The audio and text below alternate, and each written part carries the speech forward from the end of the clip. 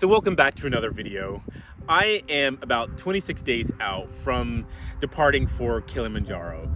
I am getting more and more excited for this trip, and I'm really looking forward to it. So today I set out early with the friends that I'm traveling with to do a 7-mile hike. We've just finished, and it was a lot of fun to go out with them and to get more comfortable in the shoes that I'm wearing and just get more acclimated to doing this as a consistent theme. Because on a daily basis, as we're climbing Kilimanjaro, we're going to be hiking for like 5 or 6 hours. That's a lot for someone who has not ever done anything like this before. So, and that kind of just brings me to, well, how do you actually prepare for something like this? How am I preparing for this? And so I imagine there's going to be a lot of information available online, whether it's YouTube, Google, or specific websites that will talk specifically about preparing for Kilimanjaro. And I just kind of want to talk to you through what I've done. And so it's been a number of months since we initially started planning this. This has actually been probably a year in the making, and then about 6 months of planning. So what have I done in that 6 months? How have I prepared for Kilimanjaro is essentially what I want to talk to you about today. So yeah, so let's see how we go.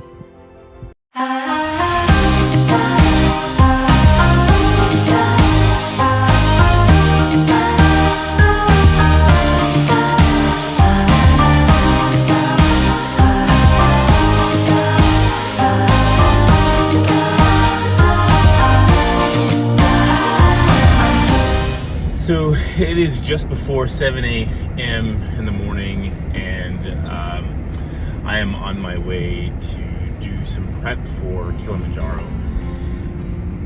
We are going to walk 10 miles today, starting at a local trailhead, and we're basically going to go out and back. And it should take us about 2.5-3 hours. We have a large group going with us today. This is the first time that we have a few of us going. Dawn and I usually go, and we've done this a few times now, and yeah, it's quite enjoyable. It's quite fun. This is just getting our feet seasoned and ready for the climb. So ultimately, this is something that we need to do more regularly. With Kilimanjaro only about 5 months away, this is one of those preparatory steps that we need to take. So granted, yes, it takes a bit of time, but I'm sure it will pay off in the long run. So it is about 8 o'clock in the morning. We're about an hour into the 10-mile hike, and yeah, it's going really good. It's going really well. We are about 2 miles in, and so yeah, 2 miles an hour, that's pretty good, I guess.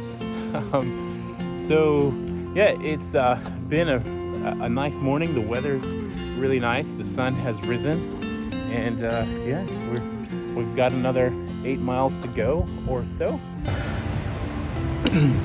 So I have just finished a arm workout. So I've been here for just over an hour, and I've done, I think I did 9 different movements. And so basically I've focused on the biceps, triceps. I did a little bit of chest and a little bit of back. It was a good workout. I'm barely perspiring, which is typical for me. I have to do quite a bit of cardio to actually break a sweat, and so this is kind of a typical result. I feel the hypertrophy in my arms. They're really tight, but as I said, I'm feeling good post workout. I am 13 days out from leaving for Kilimanjaro. I'm just getting more and more excited each day. I'm super excited about this trip, and each day my anticipation and my anxiety and my excitement just continues to amplify. I am going to be doing something I've never done in my life, something that I never thought I would do in my life, is summit Mount Kilimanjaro.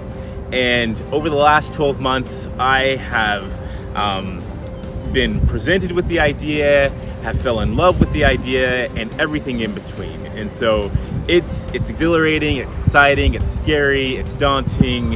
Am I ready? Is the question that always comes to mind, even with all of the excitement. So today, I am out just trying to stay active, trying to stay healthy, and prepare for Kilimanjaro. So I need to be physically fit, mentally fit, but with the physical side of things, I want to make sure that I can actually withstand hours of walking. I mean, we're going to be walking for 6+ hours a day. And on the summit day, we're actually walking for about 11 hours. So it's going to be 6 hours to the top and about 5 hours to our camp on the other side. So it's going to be challenging to do this. We're doing it in 7 days, the up and down, 5 days up, 2 days down, and it's going to be fun. It's going to be exhausting. It's going to be challenging. So it's going to be just one of those once in a lifetime experiences. And so I'm literally grabbing the bull by the horns and I'm going for a ride.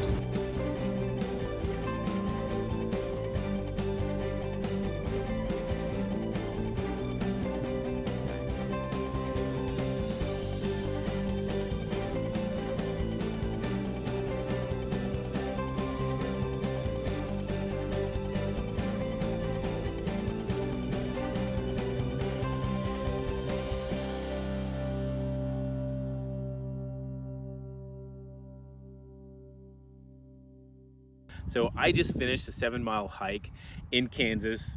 I know it's not mountainous and you can see some of the prairie and grassland behind me, but ultimately I'm making do with what I've got. So over the last 6 months, we have focused a lot on our endurance training. On a weekly basis, we have consistently walked 7 to 10 miles. And that has gotten easier with time, and we've actually begun to really enjoy it.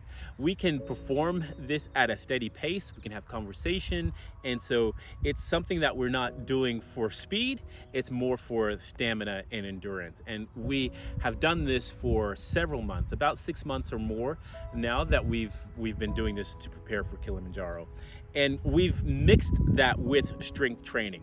I have focused a lot on my strength training. That's something that just comes naturally to me. That's kind of my default whenever I go to the gym or I'm doing exercise. It's generally around strength training, but I've been able to incorporate some cardiovascular training in there as well. I'm here in Kansas. Kansas obviously doesn't give me the same level of experience that I'm going to have if hiking like in Colorado or in Appalachia or wherever it might be. But I'm ultimately just trying to build the stamina and the endurance and the strength that I'm going to need to summit Kilimanjaro, because it's going to take that. Not only is it going to take physical strength and physical endurance, it's going to take mental toughness as well. It's not like you can just go from couch to Kilimanjaro. Like, it's not a 5K. This is grueling, arduous hiking for an extended period of time at altitude, and it's going to take a lot of physical strength, endurance, and mental tenacity to get to the top of Kilimanjaro. So yeah, let's see how we go.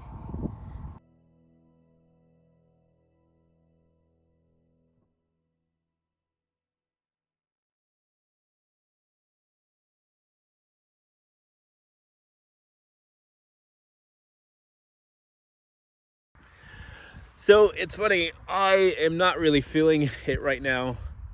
Yes, I was checking. Goodness.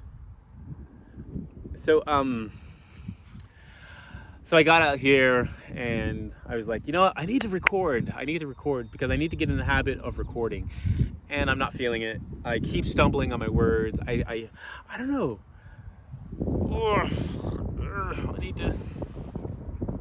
I need to record, I need to film, I need to get in the habit of just doing it, and I'm not feeling it today.